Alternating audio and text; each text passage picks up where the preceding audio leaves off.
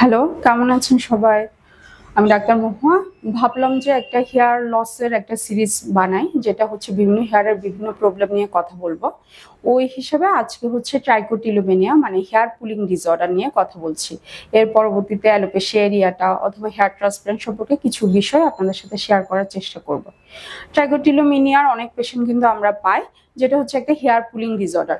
ওই দিন একজন পেশেন্ট আসছে, উনি কিন্তু এসেই বলেছে আমার ছোটবেলায় হেয়ার পুলিং ডিসঅর্ডার ছিল, এখন অবশ্য তার চুলটা কিন্তু অ্যালোপেশিয়ার দিকে চলে গেছে। আচ্ছা, যাই হোক, ট্রাইকোটিলোমেনিয়াটাই হচ্ছে চুলটা টেনে তোলা। অনেকের হচ্ছে সময় বিহেভিয়ার কিছু প্রবলেম থাকে, সে হয়তো পড়ছে অথবা বসে আছে, অনেক সময় সে চুল টানছে, এরকম করতে করতে চুলের কিছু একটা জায়গা দেখা যায় খালি হয়ে যায় এবং সেটা পরবর্তীতে অ্যালোপেশিয়ার দিকে যেতে থাকে। অনেকের হচ্ছে কিছু সাইকিয়াট্রিক প্রবলেম থাকতে পারে, ওসিডি পেশেন্ট অথবা হচ্ছে যাদের হচ্ছে বিভিন্ন অ্যাংজাইটি ডিসঅর্ডার থাকে অথবা স্ট্রেসে থাকছে, ডিপ্রেশনে থাকছে, তখনও কিন্তু অনেক পেশেন্ট কিন্তু হেয়ার পুলিং করে থাকে। তাছাড়া অনেক পেশেন্টের ক্ষেত্রে দেখা যায় হচ্ছে পেশেন্ট পড়ছে অথবা ওই জায়গাটাই সে বারবার আঘাত করছে, ওই জায়গার হেয়ার ফলিকল গুলো ভেঙে যাচ্ছে, তখনও কিন্তু এরকম একটা হেয়ার লসের জিনিস দেখা যেতে পারে। নর্মালি ট্রাইকোটিলিওমেনিয়ার ক্ষেত্রে ট্রিটমেন্ট কিন্তু হচ্ছে এটা আপনার একটা মাল্টিডিসিপ্লিনারি অ্যাপ্রোচ হবে। আমরা ডার্মাটোলজিস্টরা তো ট্রিটমেন্ট করবোই, পেশেন্টের যদি সাথে কোনো বিহেভিয়ারাল থেরাপি লাগে, হেবিট রিভার্সাল থেরাপি লাগে, তাকে অবশ্যই একজন সাইকিয়াট্রিস্ট অথবা সাইকোলজিস্টের কাছে যেতে হবে। কারণ হেবিট রিভার্সাল, এখানে অনেক সময় কগনিটিভ বিহেভিয়ার থেরাপিটা দেওয়া হয়, হেবিট রিভার্সাল থেরাপিটা দেওয়া হয়।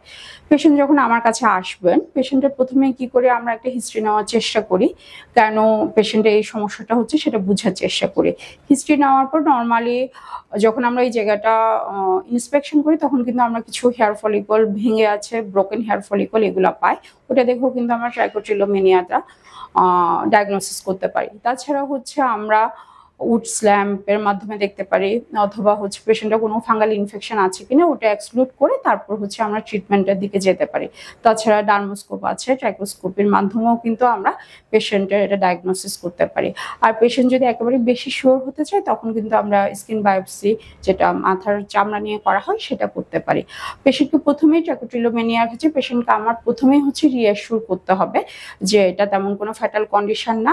আপনি যদি আপনার হেবিটটা রিভার্সাল করতে পারেন অথবা এই জায়গা থেকে বের হয়ে যেতে পারেন, চুলটা কিন্তু আবার গজাতে থাকবে। প্রথম কিছুদিন হয়তো সময় লাগতে পারে, পরবর্তীতে কিন্তু এটা আবার ঠিক হয়ে যায়। আর ট্রাইকোটিলোমেনিয়ার ক্ষেত্রে পেশেন্টকে অবশ্যই হচ্ছে রিঅ্যাসিওর করার পর পেশেন্টকে আমরা কিছু টপিক্যাল মেডিসিন দিয়ে থাকি, যেটা লাগানোর মাধ্যমে অনেক সময় আমরা চুলের গ্রোথের জন্য কিছুটা ভিটামিন দিতে পারি। এগুলোর মাধ্যমে কিন্তু পেশেন্ট অবশ্যই আগের চুলের অবস্থাটা ফিরে পেতে পারে। ধন্যবাদ সবাইকে, সবাই ভালো থাকবেন।